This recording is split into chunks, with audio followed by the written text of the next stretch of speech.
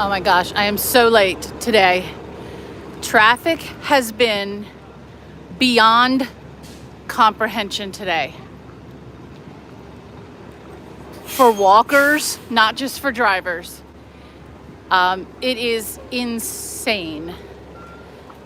So there's one part of the city that is under construction. I think they're gearing up for the Marine Corps Marathon. So that's going on. And there's just no way to get anywhere today. So thank you for joining. This was supposed to be such a leisurely stroll through Georgetown's little side streets here. But we will compose ourselves. Hey, Johnny. Hi, Daryl. We're on 29th Street, and we're just one block up from M Street, which is the main street. And we've been up and down that street before. But this corner here, this is the Thomas Sim Lee corner. We've talked about the houses that face M Street down there. But here on the side street, there's also some reference to the next door to the Thomas Sim Lee house, which is the Ross and Getty house. And there were multiple Ross and Getty houses built in the beautiful Federal style here. I'm probably on the wrong side of the street for these shots, but we're gonna take a leisurely stroll through Georgetown, an area of Washington, D.C., obviously known for its history and its architecture, but also known for how they celebrate Halloween. Georgetown Halloween is a must, especially for local students, not just of Georgetown University, but students from the University of Maryland and George Mason and all the other local colleges and universities tend to congregate here around Halloween. And just across the way here on 29th Street are some beautiful examples of Federal architecture, but decked out beautifully for Halloween. Try that again, Halloween. And you get a peek at the chandelier there, which is a really nice touch. So I thought I would come here in the evening so that we could catch the lights coming on. The street lights inside of the houses. I think that's kind of a nice look. And we'll just kind of wander from street to street and check out the Halloween decorations. Now catch these beauties. These three are quite unique. They have these distinctive bay windows. Hey, Space Nut, I'm glad you're here. These three have distinctive bay windows. Each one has a different stairway. This one has one of those beautiful wrought iron staircases that I absolutely love in Washington, D.C. With that wrought iron work above the bay windows, too. I think those are quite pretty. And some pumpkins for Halloween.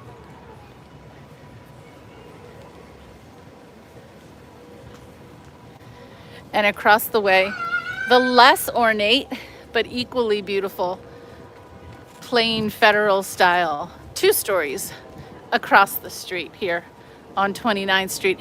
Now, these buildings may look somewhat familiar, the style, not just from my previous walks, but when we reviewed Wedding Crashers in Film Club. Yeah, I'm very late, Daryl. I don't even bother. I shouldn't even bother to put a time sometimes. I'm either way early or way late. I don't think I'm ever on time. Not a wizard. Because I never show up when I mean to. But in Wedding Crashers, the homes of the 2 fictitious lawyers were in these neighborhoods. Actually, the ones were filmed a couple of blocks up, but the style is the same. And I like this one with the ivy next to the one in beige. They're just so petite and so beautiful. Yeah, another neighborhood I would definitely like to live in.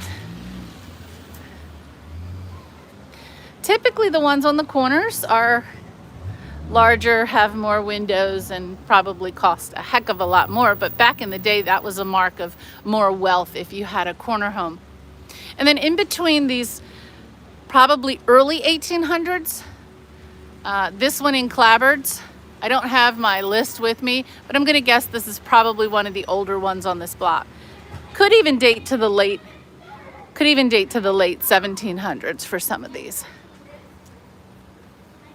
This is one of the oldest parts of Washington, D.C., and is the home to the oldest home in Washington, D.C., the old stone house, built in 1765 and 1766.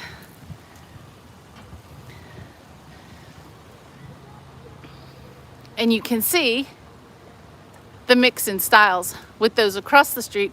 These are more late 1800s. Over here.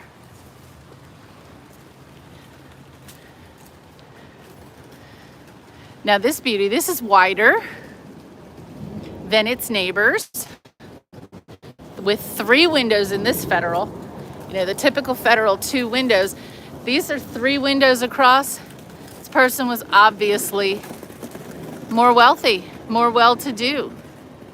And the beautiful gas lamp, which I love. The shutters are absolutely gorgeous. Thank you for everything you do. You are awesome. We appreciate you. You do, and you do an awesome job. Thank you. And then next to it, this one with the stunning bay windows with the lights on that gives us a nice little look inside.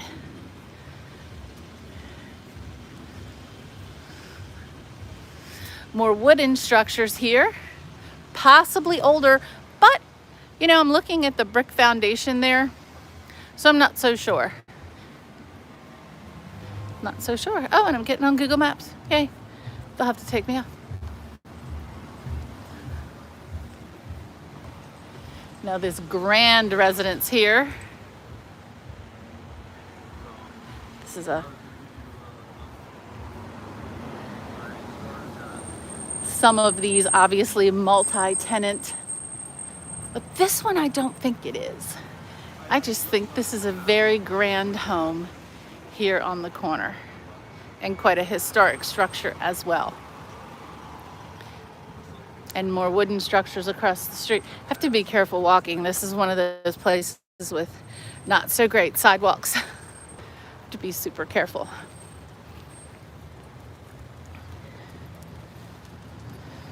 Window boxes are always a great touch.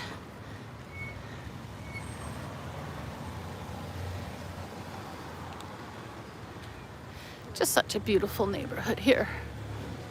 And quiet when you get off the main road.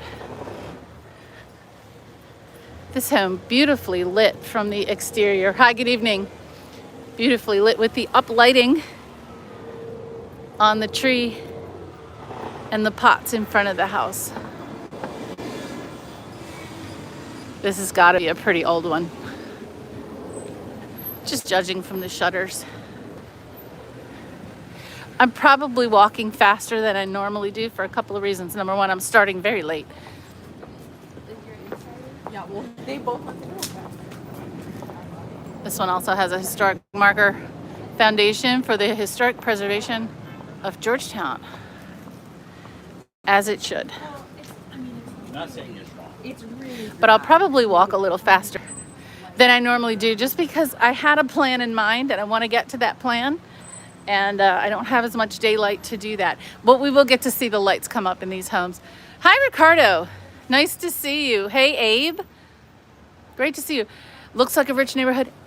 Ricardo, this is a rich neighborhood. This is Georgetown in Washington, D.C. This is one of the most exclusive neighborhoods in Washington, D.C. For me, I mean, this is definitely a place I would love to live. With a beautiful mix of grand architecture, some of which are now multi-tenant apartment buildings. Others still house, you know, single owners and single tenants who lovingly preserve. Now, normally you're probably wondering, like, what is up with all this traffic? Traffic today in DC is insane, and that's why this stream is so late. I couldn't get to a place to put my car. There were plenty of parking spaces, but traffic just wasn't moving. There's construction going on. Maybe there was an accident somewhere. I could be wrong. I think they're setting up for the Marine Corps Marathon. I might have the weekend wrong. It's either this weekend or next weekend, but they're obviously doing lane markings and things for the marathon. This one across the way, the Colonial. This entire building across the way. Now apartments, I believe. And this little beauty here tucked in. But yeah, this traffic is, I mean, you would never see this much traffic down a residential street. Everyone's trying to creep onto the side streets to avoid the main streets that are just absolutely clogged. And it's 6:30 on a Thursday. Here's another mid-1800s here. I know it's hard to see on this side of the street, so I'll try to keep focusing across the way, between the cars. It would be a nice place to live here. I'm very lucky that I get to visit. I couldn't afford to live here, but I'm super happy that I get to visit this lovely neighborhood.